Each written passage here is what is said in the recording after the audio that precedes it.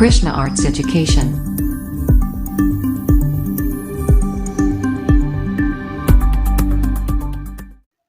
Hello friends, welcome है आप सभी का आपके इस कृष्णा आर्ट्स एजुकेशन चैनल में, जो बोर्ड एग्ज़ाम की तैयारी करवाने के लिए नंबर 1 यूट्यूब चैनल है। इसलिए इस चैनल को आपने अभी तक सब्सक्राइब नहीं किया तो इस चैनल को सब्सक्राइब कर दें और साइड के बेल नोटिफिकेशन को प्रेस कर दें, ताकि हमारी वीडियो का लेटेस्ट नोटिफिकेशन आप तक सबसे पहले पहुँच सके। और अगर आप हमारे इस यूट्यूब चैनल पर नए हैं तो आप टेलीग्राम चैनल में भी ज्वाइन हो जाएँ। टेलीग्राम चैनल का लिंक डिस्क्रिप्शन में दिया हुआ है, क्योंकि इस चैनल का जो भी स्टडी मटेरियल आपको प्रोवाइड किया जाएगा वो टेलीग्राम चैनल के माध्यम से ही किया जाएगा। स्टडी मटेरियल में आपको सभी सब्जेक्ट का चैप्टर बाय चैप्टर ऑब्जेक्टिव और सब्जेक्टिव क्वेश्चंस का पीडीएफ दिया जाएगा, इसलिए आप टेलीग्राम चैनल को अवश्य ज्वाइन कर लें। तो चलिए इस वीडियो में आगे की ओर बढ़ते हैं। आज हम आपको कक्षा 10 का विज्ञान, जो विज्ञान का एक भाग है रसायन शास्त्र केमिस्ट्री, उसका 5वां पार्ट तत्वों का वर्गीकरण क्लासिफिकेशन ऑफ एलिमेंट्स का ऑब्जेक्टिव क्वेश्चंस करवाने वाले हैं। यह वीडियो इस चैप्टर का सेकंड और लास्ट पार्ट है। इसमें हम आपके साथ 19 से लेकर 36 तक के ऑब्जेक्टिव क्वेश्चंस को कवर करने वाले हैं। और अगर आपने 1 से लेकर 18 तक के ऑब्जेक्टिव क्वेश्चंस वाले वीडियो को नहीं देखा है तो आप डिस्क्रिप्शन में केमिस्ट्री ऑब्जेक्टिव क्वेश्चंस के प्लेलिस्ट में जाकर इसके पहले पार्ट वाले वीडियो को भी देख सकते हैं। तो चलिए इसमें आगे की ओर बढ़ते हैं। इस वीडियो के अनुसार हमारा पहला क्वेश्चन है, निम्नलिखित में से सबसे अधिक अभिक्रियाशील हैलोजन कौन है। ये चारों हैलोजन ही दिया गया है और इनमें से पूछा जा रहा है कि इनमें जो सबसे अधिक अभिक्रियाशील हैलोजन है वह कौन सा है। ए फ्लोरीन, बी क्लोरीन, सी ब्रोमीन और डी आयोडीन। तो जो निम्नलिखित में से सबसे अधिक अभिक्रियाशील हैलोजन है वह फ्लोरीन है। तो इसका सही आंसर ऑप्शन नंबर ए हो जाएगा, फ्लोरीन। फ्लोरीन एक ऐसा हैलोजन है जो बहुत अधिक अभिक्रियाशील प्रकृति का होता है। तो इसका सही आंसर ऑप्शन नंबर ए हो जाएगा, फ्लोरीन।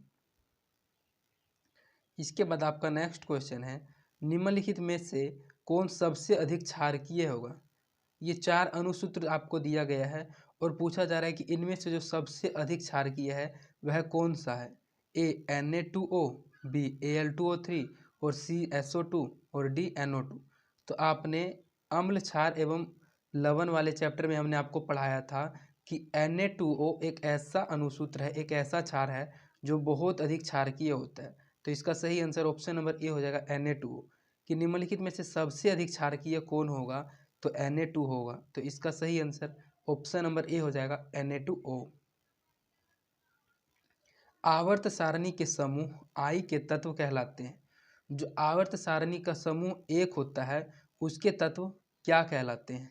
ए सामान्य तत्व, बी संक्रमण तत्व, सी क्षार धातु और डी लैंथेनाइड्स। तो जो आवर्त सारणी का समूह फर्स्ट होता है उसके तत्व को क्षार धातु के नाम से जाना जाता है। तो इसका सही आंसर ऑप्शन नंबर सी हो जाएगा, क्षार धातु। क्योंकि आवर्त सारणी का जो फर्स्ट समूह होता है समूह 1, उसके तत्व क्षार धातु कहलाते हैं। तो इसका सही आंसर ऑप्शन नंबर सी हो जाएगा, क्षार धातु। इस क्वेश्चन को आपने फर्स्ट पार्ट वाले वीडियो में भी पढ़ा था कि जो आवर्त सारणी का पहला समूह होता है उसके तत्व क्षार धातु कहलाते हैं। इसका सही आंसर ऑप्शन नंबर सी हो जाएगा। मैग्नीशियम आवर्त सारणी के किस समूह का सदस्य है। जैसे इससे पहले आपने पिछले क्वेश्चन में पढ़ा कि आवर्त सारणी का समूह फर्स्ट वाला जो सदस्य होता है वह क्षार धातु कहलाता है। तो इसमें एक मैग्नीशियम दिया गया है और पूछा जा रहा है कि आवर्त सारणी के किस समूह का सदस्य है। समूह फर्स्ट, समूह सेकेंड या अधातु तत्वों का, या समूह 7, समूह 8। तो जो मैग्नीशियम आवर्त सारणी के किस समूह का सदस्य है, तो यह दूसरे समूह का सदस्य है। तो इसका सही आंसर ऑप्शन नंबर बी हो जाएगा, समूह सेकेंड।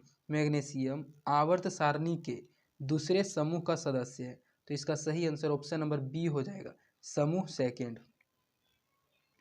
तत्वों के निम्नलिखित जोड़ों में किनके रासायनिक आचरण केमिकल बिहेवियर, रासायनिक आचरण का ही इंग्लिश अर्थ होता है केमिकल बिहेवियर, समान होंगे। इसमें पूछा जा रहा है कि तत्वों के निम्नलिखित जोड़ों में से किनके रासायनिक आचरण समान होंगे। ए सोडियम एवं एल्यूमिनियम, बी आर्गन एवं पोटेशियम, सी बोरोन एवं जर्मेनियम और डी नाइट्रोजन एवं फॉस्फोरस। तो इसमें से पूछा जा रहा है कि ये चारों जोड़ा दिया गया है और इन जोड़ों में से किनके रासायनिक आचरण एक दूसरे के समान होंगे। तो जो नाइट्रोजन और फॉस्फोरस होता है उन दोनों के रासायनिक आचरण एक दूसरे के समान होते हैं। तो इसका सही आंसर ऑप्शन नंबर डी हो जाएगा, नाइट्रोजन एवं फॉस्फोरस। तत्वों के निम्नलिखित जोड़ों में किनके रासायनिक आचरण समान होंगे? तो नाइट्रोजन एवं फॉस्फोरस एक ऐसा जोड़ा है जिन दोनों के रासायनिक आचरण हमेशा समान होते हैं। तो इसका सही आंसर ऑप्शन नंबर डी हो जाएगा, नाइट्रोजन एवं फॉस्फोरस। निम्नलिखित तत्वों में किसकी संभावना है कि यह आधात्विक अभिलक्षण को प्रदर्शित कर सकता है? ये 4 तत्व दिया गया है और पूछा जा रहा है कि इनमें से ऐसा कौन सा तत्व है जिसकी संभावना यह है कि यह आधात्विक अभिलक्षण को भी प्रदर्शित कर सकता है। AAS, BBE, CB और DBr। तो Br एक ऐसा तत्व है जिसकी संभावना है कि यह आधात्विक अभिलक्षण को भी प्रदर्शित कर सकता है। तो इसका सही आंसर ऑप्शन नंबर डी हो जाएगा, Br। इसका सही आंसर ऑप्शन नंबर डी हो जाएगा, Br। इसी के पास एक ऐसा संभावना है जो आधात्विक अभिलक्षण को भी प्रदर्शित कर सकता है। आधुनिक आवर्त सारणी का दीर्घतम रूप किसकी प्रस्तुतिकरण है? जो आधुनिक आवर्त सारणी है उसका जो यह रूप बहुत ज़्यादा दीर्घतम है, यह प्रस्तुतिकरण किस वैज्ञानिक के द्वारा, किसके द्वारा प्रस्तुत किया गया है? ए मेंडलीफ द्वारा, बी मोजले द्वारा, सी लोथरमेयर द्वारा और डी लुईस पास्चर द्वारा।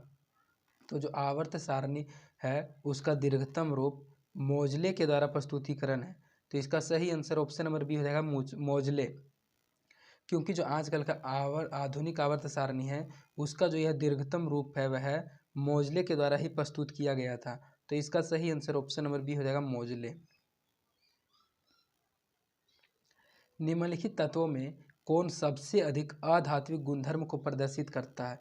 ये 4 तत्व आपको दिया गया है और इसमें पूछा जा रहा है कि ऐसा कौन सा तत्व है जो सबसे अधिक अधात्विक गुणधर्म को प्रदर्शित करता है? ए ब्रोमीन, बी क्लोरीन, सी फॉस्फोरस और डी सल्फर। तो जो अधात्विक गुणधर्म को प्रदर्शित करता है वह है क्लोरीन। तो इसका सही आंसर ऑप्शन नंबर बी हो जाएगा, क्लोरीन। क्योंकि क्लोरीन सबसे अधिक अधात्विक गुणधर्म को प्रदर्शित करता है।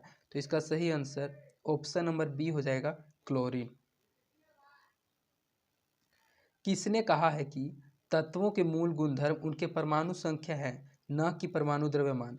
यह एक प्रकार का कथन है और पूछा जा रहा है कि यह कथन किस वैज्ञानिक के द्वारा कहा गया है कि तत्वों के मूल गुणधर्म उनके परमाणु संख्याएं हैं, न कि परमाणु द्रव्यमान? ए लोथरमेयर द्वारा, बी मोजले द्वारा, सी मेंडलीफ द्वारा और डी बोर द्वारा। तो किसने कहा है कि तत्वों के मूल गुणधर्म परमाणु संख्याएं हैं, न कि परमाणु द्रव्यमान? यह कथन मोजले के द्वारा कहा गया है। तो इसका सही आंसर ऑप्शन नंबर बी हो जाएगा, मोजले। क्योंकि मोजले नामक वैज्ञानिक के द्वारा ही यह कथन कहा गया था। तो इसका सही आंसर ऑप्शन नंबर बी हो जाएगा, मोजले। आधुनिक आवर्त नियम के अनुसार तत्वों का गुणधर्म, जो आधुनिक आवर्त नियम है उसके अनुसार तत्वों का गुणधर्म परमाणु द्रव्यमान का आवर्त फलन है, परमाणु संख्या का आवर्त फलन है, परमाणु साइज का आवर्त फलन है या परमाणु आयतन का आवर्त फलन है। तो फर्स्ट पार्ट वाले वीडियो में ही आपने पढ़ा था कि जो आधुनिक आवर्त नियम है उसके अनुसार तत्वों का गुण परमाणु संख्या का आवर्त फलन है।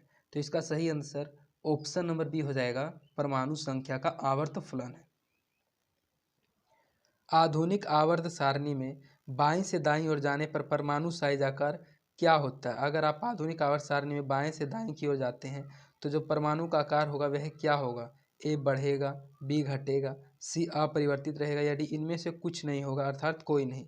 तो जो परमाणु का आकार होता है वह आवर्त सारणी में बाएं से दाएं ओर जाने पर बढ़ता है। तो इसका सही आंसर ऑप्शन नंबर ए हो जाएगा, बढ़ता है। आधुनिक आवर्त सारणी में बाएं से दाएं ओर जाने पर परमाणु आकार बढ़ता है। वुल्फगांग डोबेराइनर किस देश से संबंधित है? वुल्फगांग जो डोबेराइनर थे वह किस देश से संबंधित है? A France, B Germany, C America और डी ऑस्ट्रेलिया। तो जो वुल्फगांग डोबेराइनर थे उनका संबंध जर्मनी देश से है। तो इसका सही आंसर ऑप्शन नंबर बी हो जाएगा, जर्मनी। वुल्फगांग डोबेराइनर किस देश से संबंधित है? तो जर्मनी से है।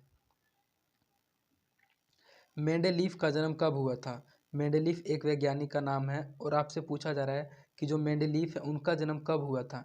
ए 1834 ईस्वी में, बी 1835 में, सी 1836 में और डी 1837 में।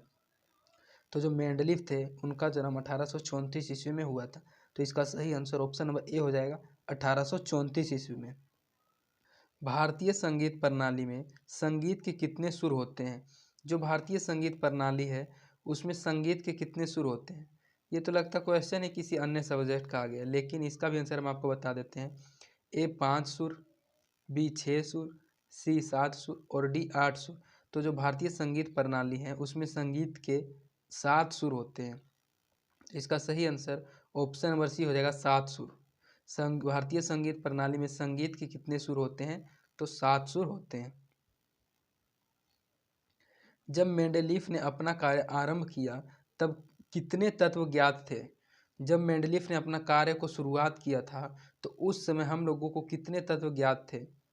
ए 60, बी 61, सी 62 और डी 63। तो जब मेंडलीफ ने अपना कार्य आरंभ किया था तो उस समय हम लोगों को 63 तत्वों के बारे में ज्ञात थे। 63 तत्वों के बारे में हम लोगों को पता था। तो इसका सही आंसर ऑप्शन नंबर डी हो जाएगा 63। और एक क्वेश्चन इससे रिलेटेड यह भी पूछा जा सकता है जो आपने पहले ही पढ़ा कि मेंडलीफ का जन्म कब हुआ था। तो मेंडलीफ का जन्म 1834 ईस्वी में हुआ था।